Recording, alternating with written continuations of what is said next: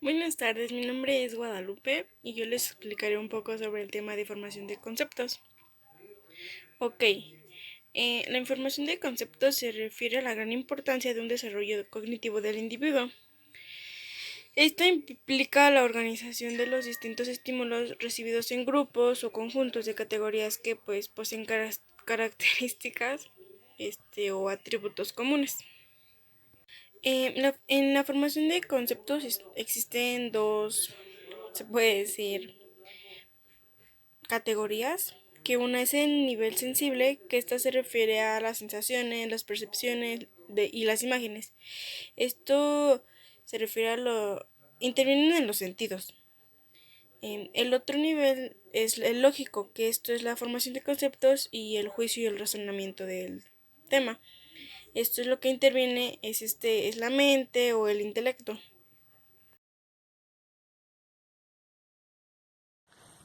Hola, mi nombre es Aislinn. Yo les voy a hablar acerca de la modificación de conceptos. Lo primero que tenemos que saber es que en la modificación de conceptos pueden influir distintos factores. Estos factores pueden deberse a la ambigüedad, la vaguedad y la polisemia de la palabra, o quizá también del sentido de el hablante o del estado de ánimo del hablante. Entre los tipos de modificación de concepto tenemos la ampliación o reducción de la palabra. Tenemos la simple alteración. Esta alteración puede deberse a un cambio negativo o positivo en la palabra. El sentido figurado, la metáfora, la menotomia, la sinestesia y la elipsis. Les voy a presentar a continuación algunos ejemplos. Por ejemplo, la palabra bárbaro antes era para referirse a una persona que provenía del extranjero. Ahora también la podemos utilizar para referirnos a una persona que no es refinada o que es un tanto cruel. La palabra villano antes era para referirse a una persona que provenía de una villa. Ahora la podemos utilizar para referirnos a una persona mala, ambiciosa, perversa, entre otros tipos de significados. También entre estos tenemos la palabra de una enfermedad que se llama rabia. Ahora también la podemos utilizar para representar un estado de ánimo, que puede ser el enojo, la frustración, entre otros. También hubo algunos conceptos que se recortaron, por ejemplo, cigarro puro pasó a solo ser puro, y también el de tarjeta postal pasó a solo ser postal. Bueno, también tenemos en que algunas personas han modificado los conceptos debido a que para ellos es un poco más fácil entenderlos. Por ejemplo, en el caso de la palabra vagabundo, para la gente a veces es un poco más fácil identificarlo como vagamundo, porque es un poco más directo en cuanto a lo que estamos queriendo decir, que va de un lado a otro y por distintos lugares, ¿no? O sea, no tiene un lugar fijo. Entre las causas tenemos las causas históricas, sociales, lingüísticas y sociológicas. En resumen, a mí me parece muy importante que nosotros sepamos cómo es que también nuestro lenguaje se ha ido modificando a lo largo de los años. Pues no solamente la tecnología ni las distintas áreas son las que avanzan, sino también nuestro lenguaje. Por ejemplo, lo podemos ver un poquito más reflejado en las palabras que utilizamos como jóvenes, que a veces nuestros padres no llegan a entender porque quizá nuestro contexto histórico es totalmente diferente al que nosotros estamos, histórico, social, lingüístico, al que nosotros o al que ellos estaban viviendo en su momento. Es por esto que me parece muy importante mantenerlos al tanto de cómo se va modificando nuestro lenguaje para que podamos tener una conversación un poco más fluida y sin que nuestras palabras puedan salirse de contexto.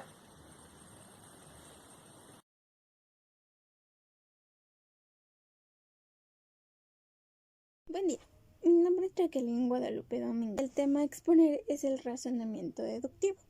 El razonamiento deductivo es el proceso mental por el cual se razona y se estructura una serie de ideas con el fin de alcanzar una conclusión.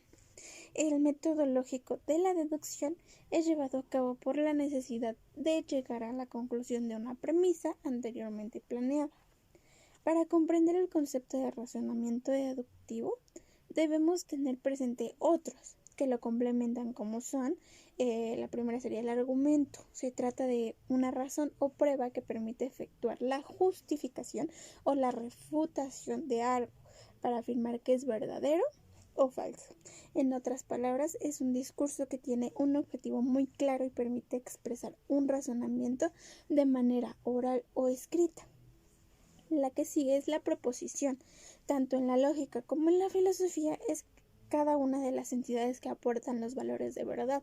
Es decir, indican en qué grado una declaración es verdadera.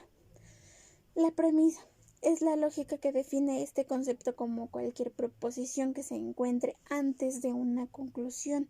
Cabe señalar que si el argumento es válido, entonces el conjunto de premisas implica la conclusión, aunque esto no hace que una proposición sea o no premisa o no una premisa, sino que sea un puesto en el que el argumento es lo que cuenta. En la conclusión, esta es una proposición que se encuentra en la última parte de un argumento, después de las premisas. Del mismo modo que la premisa para que una proposición reciba el rol de conclusión, no importa si el argumento es válido, sino que basta con que se encuentre en último lugar. El axioma se trata de una proposición que se toma como evidente, para la cual no se exige una demostración previa. La siguiente sería las reglas de inferencia, también conocidas como las reglas de transformación. Son formas lógicas o funciones que toman premisas para analizar su sintaxis y arrojar una o más conclusiones. Existen tres maneras básicas por las cuales podemos obtener conclusiones. ¿Cuáles son estas? La primera es modus ponens, la cual se conoce como la afirmación antecedente. Es aplicada en ciertos argumentos, los cuales son formados inicialmente por dos premisas y una conclusión. Modus tollens consiste en un procedimiento muy similar al anterior. Se menciona con la diferencia de que en la segunda premisa se afirma pero no se cumple la condición que fue impuesta en la primera. En la tercera sería silogismo. Una última manera en la cual se puede llegar a un razonamiento deductivo es por medio de un silogismo, en el cual nos encontramos ante una premisa mayor y una menos y una conclusión. Le voy a poner un ejemplo, que sería la premisa 1. Todos los gatos tienen pelo. Premisa 2. Arturo tiene pelo. Conclusión: Arturo es un gato. Aquí podemos observar cómo la conclusión puede ser válida, como puede ser que no, ya que es imposible deducir directamente de las premisas. En este caso de ejemplo nos encontramos ante una falacia lógica.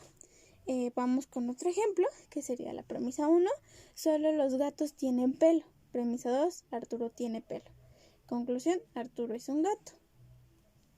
En este ejemplo nos encontramos con la problemática totalmente diferente.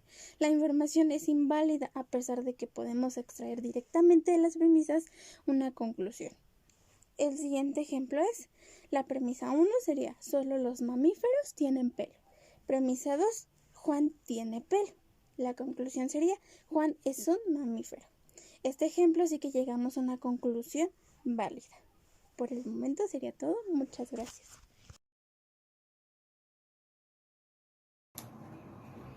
Hola, buenas tardes. Mi nombre es Eunice Michel Reyes. Estoy estudiando la licenciatura en Pedagogía en segundo cuatrimestre y yo les voy a hablar acerca sobre el razonamiento silogístico. Para empezar, ¿qué es el razonamiento silogístico? Se dice que es el que estudia las inferencias deductivas realizadas con proposiciones que tienen cuantificadores de cantidad, ya sea universal o particular, y que estas son polaridades negativa o afirmativa. Se dice que es la combinación de polaridades y de cantidad que aparecen de 4 tipos de enunciado. La primera es la universal afirmativa, que es la A. Dice que sus tipos de enunciado son todos A, son B. La segunda es la universal negativa, que es la E. Ninguna es B. La tercera es la particular afirmativa, que es la I. algún A es B y la cuarta es la O, la negativa, que es alguno es A, no es B. Se supone que el argumento silogístico se compone de dos premisas y una conclusión en las que se establecen nuevas relaciones entre las preposiciones. Dice que también que las premisas contienen el sujeto de las conclusiones y se llaman premisa menor, que contiene el predicado y se llama premisa mayor. O sea, dice que unos ejemplos de ellos dice que todos los hombres prudentes evitan el tabaco, que es la premisa mayor, y todos los médicos son hombres prudentes, que son la premisa menor. Habitualmente se presentan primero la premisa mayor, en la que se presenta la relación del término medio B, que son prudentes con el predicado a la conclusión del término A. Se dice también que se presenta la premisa menor, que contiene la relación del sujeto con la conclusión, ya sea con medios o el término B, ya que sea prudente. Se dice que también que son 256 combinaciones posibles de tipos enunciados con el razonamiento silogístico. Y también, por último, en la conclusión de estos se dice que se establecen la nueva relación entre sujeto y predicado. Como les había dicho en el ejemplo, se podría decir que el médico y el tabaco.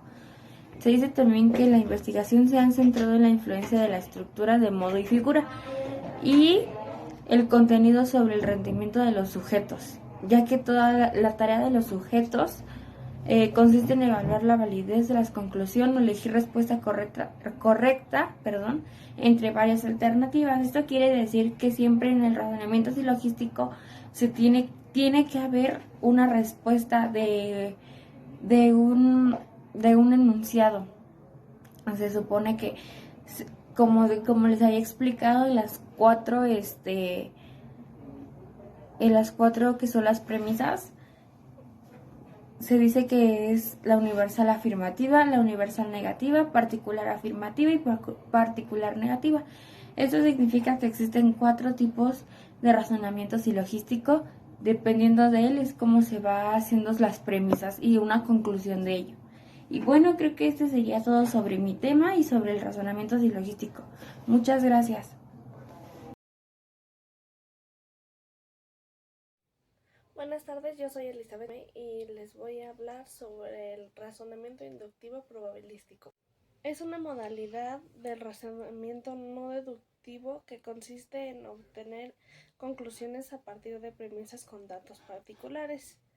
Por ejemplo, de la observación repetitiva a objetos o acontecimientos de la misma índole se establece una conclusión para todos los objetos o casos de la misma naturaleza.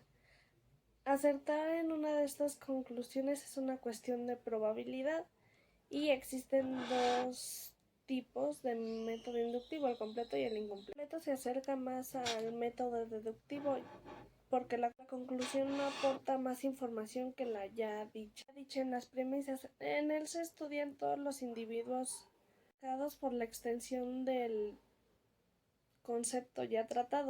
Un ejemplo de estos podría ser que en una familia está los papás, que son Mario y Laura, y tuvieron 4 hijos, que serían María, Juan, Pedro y Jorge.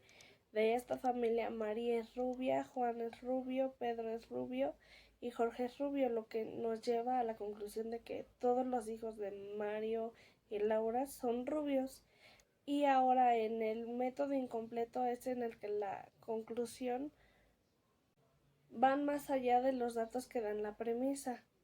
A mayor cantidad de datos, mayor probabilidad. La verdad de las premisas no garantizan la verdad de la conclusión. Por ejemplo, en el mismo ejemplo pasado, María es rubia, Juan es rubio, Pedro es rubio y Jorge es rubio, por lo que todas las personas son rubias, pero todos sabemos que eso no es cierto, entonces no es una conclusión legítima.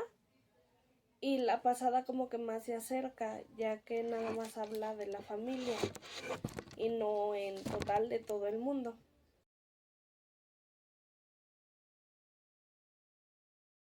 Hola, buenas tardes. Mi nombre es Antología Jiménez. Voy a hablar un poco sobre el tema aportaciones del pensamiento y lenguaje para la solución del problema. Bueno, un problema es la dificultad de hallar y llevar a cabo la respuesta o solución adecuada de una situación determinada. En este caso llamaremos situación conflictiva o situación problemática. Bueno, para llevar a cabo dicha solución tenemos que tener en cuenta una serie de pasos que nos plantean para que dicha solución se nos haga más fácil. El primero es orientación hacia el problema. El segundo es definición y formulación del problema. El tercero es generar alternativas. El cuarto es toma de decisiones. Y el quinto es poner en marcha dichas alternativas para llevar a cabo la solución del problema. Y al último, la verificación, que es para saber si dichas alternativas sí nos sirvieron para la solución del problema. Bueno, Vygotsky, al estudiar la solución de problemas en el niño, enfatiza el lenguaje como instrumento de planificación y regulación intelectual de la acción. Bueno, esto también se refiere a que primero planificamos o planteamos dicho problema para después llevar a cabo las soluciones conforme a nuestro cerebro nos los va dictando, conforme nosotros creemos sea conveniente. Bueno, el lenguaje ayuda al niño a que antes de llevar a cabo las soluciones, él razone cómo se van a llevar a cabo, cómo es que él cree que la solución es más correcta y así pueda él solucionar su problema sin ayuda o sin intervención de alguien más.